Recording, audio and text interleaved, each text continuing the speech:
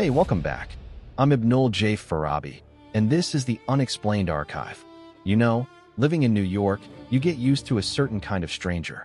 The person who asks for directions, the one trying to sell you something, the friendly neighbor in your building you've never actually met. But imagine a stranger knocking on your door, not to ask for anything, but to give you a warning. A warning about your own child. They're official, they're calm, they have a badge or a clipboard, and they say they're from social services. They tell you there's been an anonymous report, serious allegations, and they're here to investigate. Your blood runs cold. This is every parent's nightmare. But what if that social worker wasn't real? Today, we're diving into one of the most unsettling and bizarre mysteries to sweep across the United States. It didn't happen in one town or one state. It happened in dozens over years. A phenomenon investigators came to call the phantom social worker. This story starts, as so many do, with a knock on the door. In the mid-2010s, reports began trickling in from all over the country. From New Hampshire to Texas, from Michigan to North Carolina.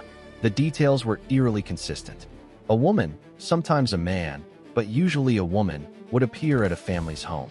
She was well-dressed, professional, driving a plain sedan. She'd identify herself as a social worker, often giving a specific name and agency. She said an anonymous call had come in, alleging abuse or neglect in the household. Sometimes she asked to see the children, to check for bruises. Sometimes she said she was there to collect DNA samples via cheek swab. In a few chilling instances, she even demanded to take the children for an immediate medical examination. She was persuasive, authoritative. She knew the lingo, but she was a ghost. Because whenever a terrified parent, their mind racing, thought to verify, when they asked for a business card or called the agency she named, or even managed to snap a photo of her car, the facade crumbled. The agency had no record of her. The name was fake. The license plate, if there was one, didn't match. The social worker would often leave abruptly if challenged, vanishing as quickly as she appeared. And she left behind a trail of pure psychological terror. Families were left shaken, violated, wondering who would do this and why. Was it a cruel prank? A prelude to something worse, like kidnapping? Or something even stranger? As I dug into the police reports and news articles from across the nation, a pattern emerged that made this more than just a series of isolated hoaxes. This wasn't just one person.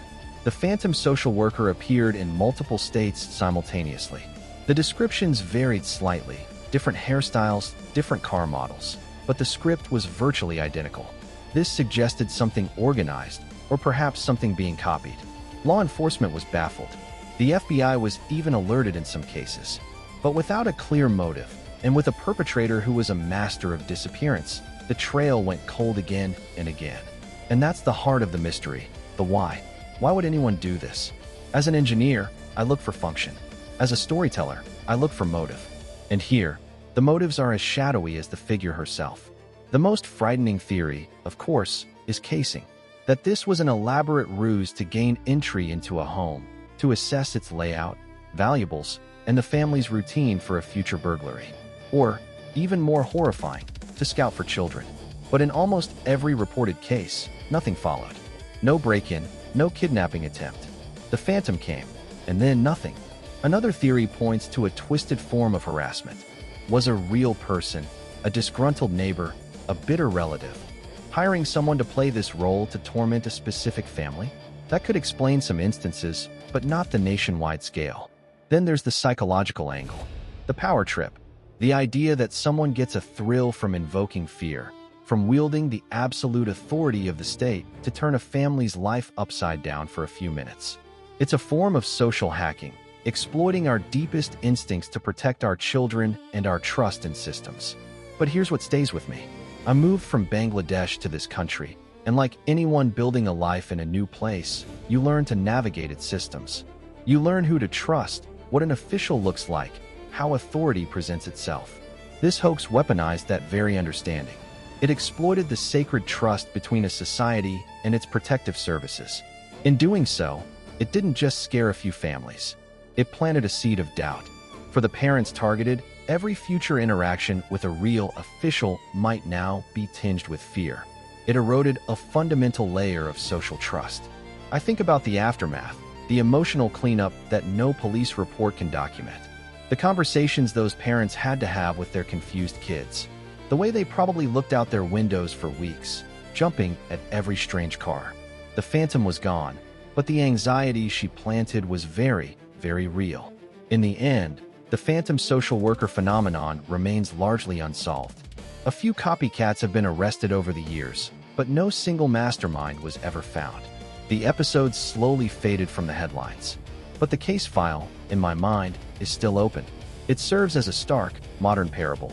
It reminds us that the most unsettling mysteries aren't always about ghosts in the traditional sense.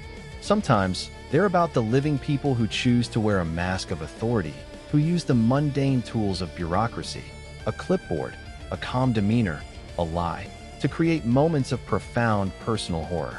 They remind us that trust is our most vital social currency, and how terrifying it is when that currency is counterfeited. So what's the takeaway? Be vigilant, of course. Ask for identification, verify with a phone call you find yourself. Don't be afraid to question authority when your gut tells you something is off. But more than that, remember the profound impact of a story.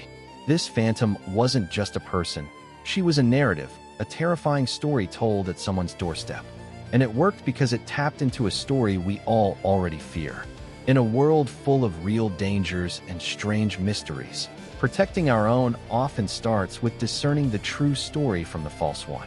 Thank you for listening to this episode of the Unexplained Archive.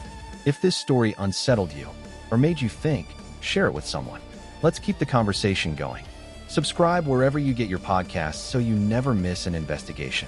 For more from me, Ibnul J. Farabi, and the entire team, visit our home at Light Not Studios.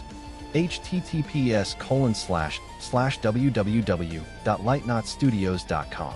Until next time, stay curious, but stay safe.